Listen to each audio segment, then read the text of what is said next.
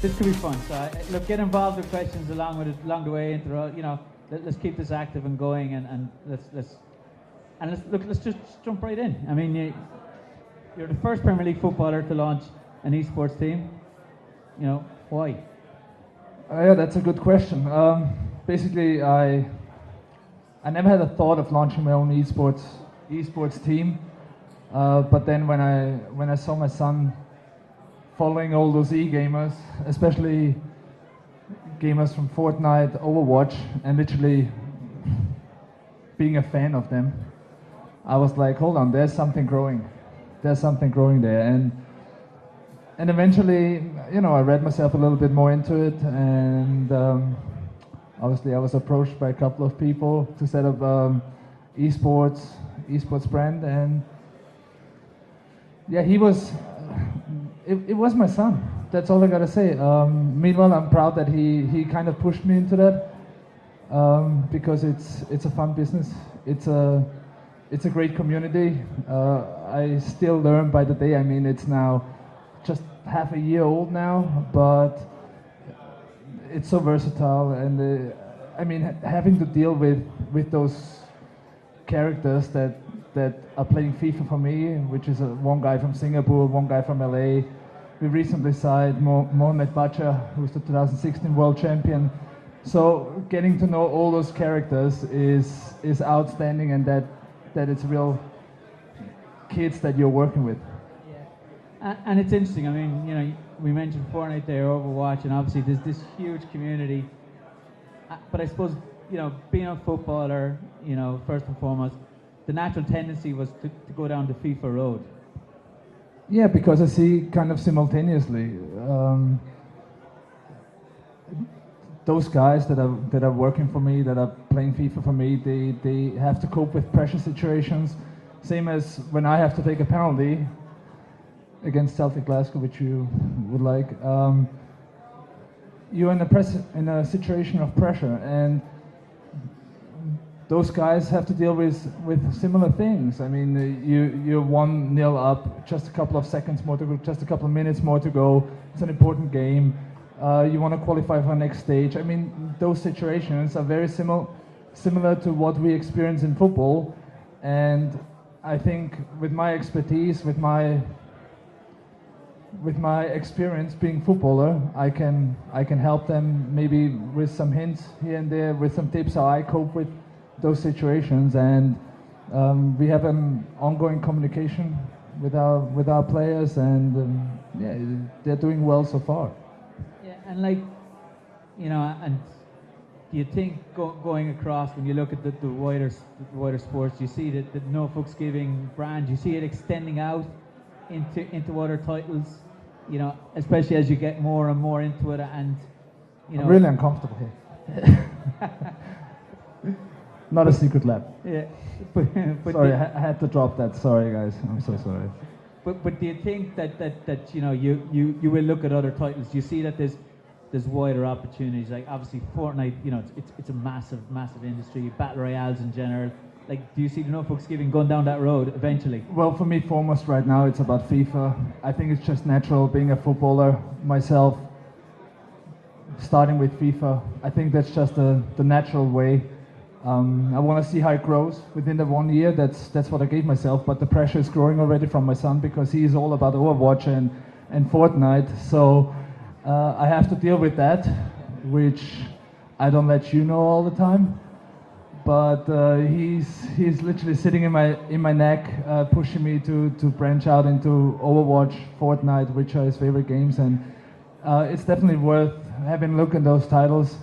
I'm definitely keen to do so, but again, I wanna grow it organically. I don't wanna put a lot of money behind it. Like I said, it has to be step by step. That's how I grow my businesses, and that's how I want to approach this project as well. Yeah, and they say you never forget your first, and obviously you were the first Premier League footballer to go into it. A certain Arsenal player followed suit. I know you don't want to mention these names, so we won't. It sounds like Özil, okay? But do you think others will follow? I mean, do you see this? Like obviously the States, we've seen NFL teams. We've seen the owners of NFL teams. We've seen NBA players, NFL players get involved. Is this going to happen, in the UK scene? Do you think?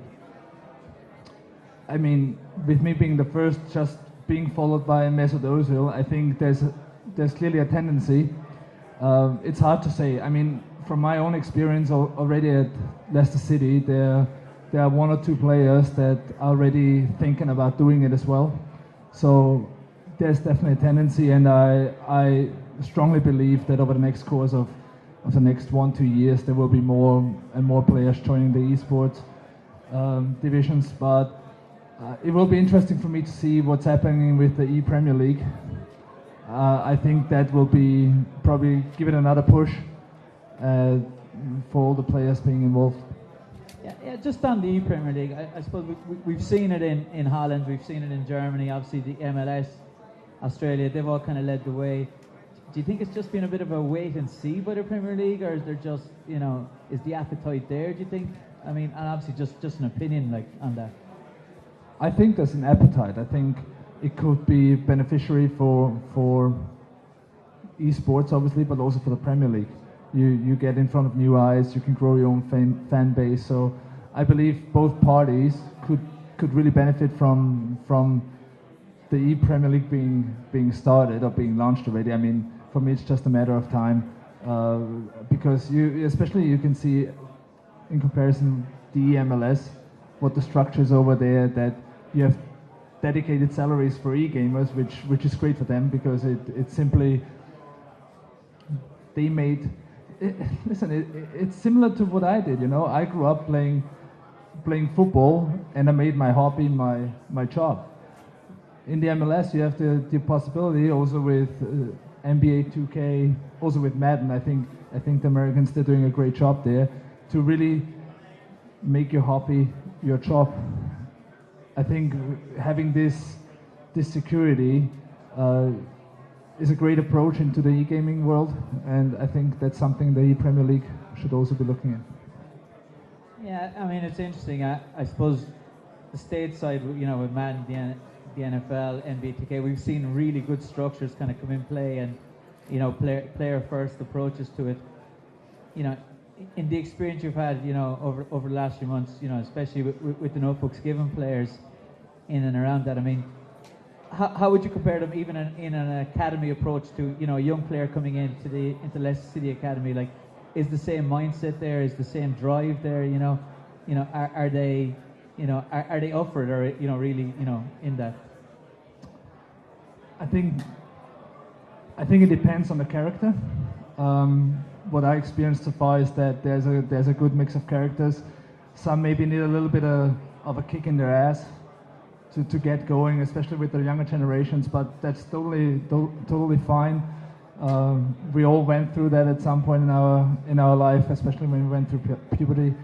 But they are professionals, especially talking about Hibidi, which is his name, his artist name. He's super professional, producing a lot of content, obviously, for the NoFuchsGiven branch. I'm looking forward to see how Bacha Mohammed is doing. But then our younger talents, they need a little bit of guidance, which is great. This is what we're here for. We want to develop them. We want to help them build their own profile, grow into the business more, and they are definitely a promise for the future. I mean, you weren't here earlier on, but it was very interesting hearing the sim race in Formula 1 and how they're looking at, really, you don't get an opportunity to drive a Formula 1 racing car, but the game gives it you. But I suppose, looking at FIFA, I mean, you can pick up a ball and go out, so I think in my experience, when you look at a FIFA player, it's not necessarily going across to onto the grassroots football. And I suppose, is that a challenge you see? So listen, before I even thought about starting a esports academy, one of my friends is Mike LaBelle. He's the e-gamer from New York Red Bulls, and I had an interesting chat with him because his goal was to become a professional footballer in America. It didn't work out for him, but he was so passionate about football, or soccer, however they call it over there, that he definitely wanted to stay in the business. So what was his next transition? He as all of us, or as most of us, when you're a football fan, you grow up with FIFA or whatever other football game it is. So he figured out, okay, that's what he wants to do, and he focused on that and gave him his passion for football and his commitment of wanted to become a professional. He chose that way. He saw an opportunity there, and I think it's amazing, like I mentioned at the very beginning, that out of not being able to make it professional, but choosing a way of being an e-gamer, trying to go that route, and the MLS obviously providing this support to e-gamers. He's still 100% committed to the club. He's one of the e-gamers. He's representing them. He's at every game. He's doing their social media. So there's so much more that he can do now other than playing football only. So I'm very happy for him, obviously. And it just shows that that esports still offers opportunities, maybe if you feel in another department. Yeah, that's very interesting. And I suppose when you look at that, I mean, obviously you just mentioned there, you know, Mike and what he's doing over in the States. And like, is there anything when you look around, you know, the wider sports spectrum of esports, of what's catching your eye? Do you think esports needs traditional sports clubs to drive it, or is it the other way around even? You know, people talk about a lot of the audience where they are, how football clubs want to tap into that, and vice versa. I mean, what's impressed you in what you've seen in around it, and do you think they're reliant on each other or need each other? Well, I think there's a natural relation with titles like FIFA, Madden, NHL, NFL, NBA 2K. I think it's just normal because there's the traditional sport and then there's the equivalent game to it. But I think teams like Energy, London Spitfire, just to name a couple of them, I think they showed that it's not you don't necessarily have to have this relationship, but you can also mature it without having a traditional club. As with Overwatch, there is no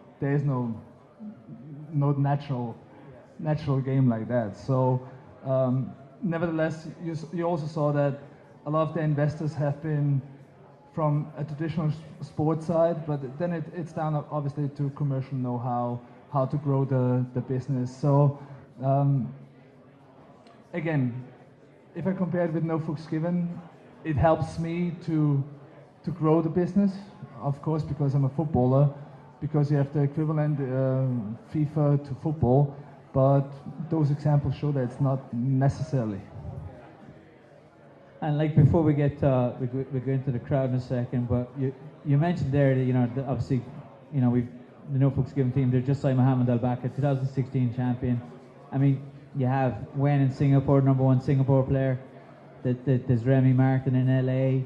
You know, I mean, how confident are you coming into the season that you know that you can make a big splash on the FIFA scene with the team that's coming together? Well, I'm very happy, obviously, with our first signings. I don't want to stop there. I obviously want to grow the NoFuchsGiven brand, the FIFA team, as much as I can. We also have some great young talents with Lou Campbell, Luis Campbell, and Remy Thomas. So there are two emerging young talents that really did well in the last half a year with the results. So I definitely want to make an impact. I definitely want to be successful. That's my ambition with whatever I do. And I believe right now we have a good team to realize that. Again, we'll go to the crowd 2 seconds, but okay. Is it a capital E with a small s? Is it a small e, small s? Is it a small e, big s? What does esports? How do you define esports? You know. It's an interesting one. Thank you for asking me.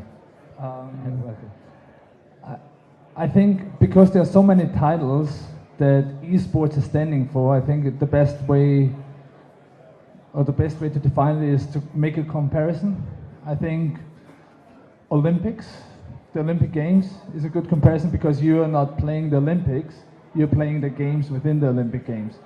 So I think that is a fair comparison, because obviously esports stands for a lot of titles. And to me it's simply, I mean, from my own experience, because I'm very ambitious when I do something. I just want to win every game. So for me, it's about either you play as an individual or as a team, to challenge an opponent and obviously to win the game. Yeah, perfect. All right, is anyone there that wants to, while we're here, anyone to ask us anything?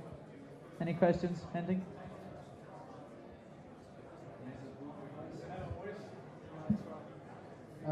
So I think it's great that more professional players are getting into the industry to add their expertise.